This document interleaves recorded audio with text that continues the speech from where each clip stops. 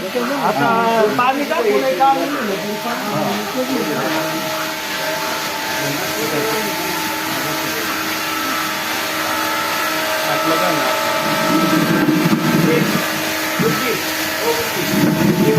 वर करा जरा हे करा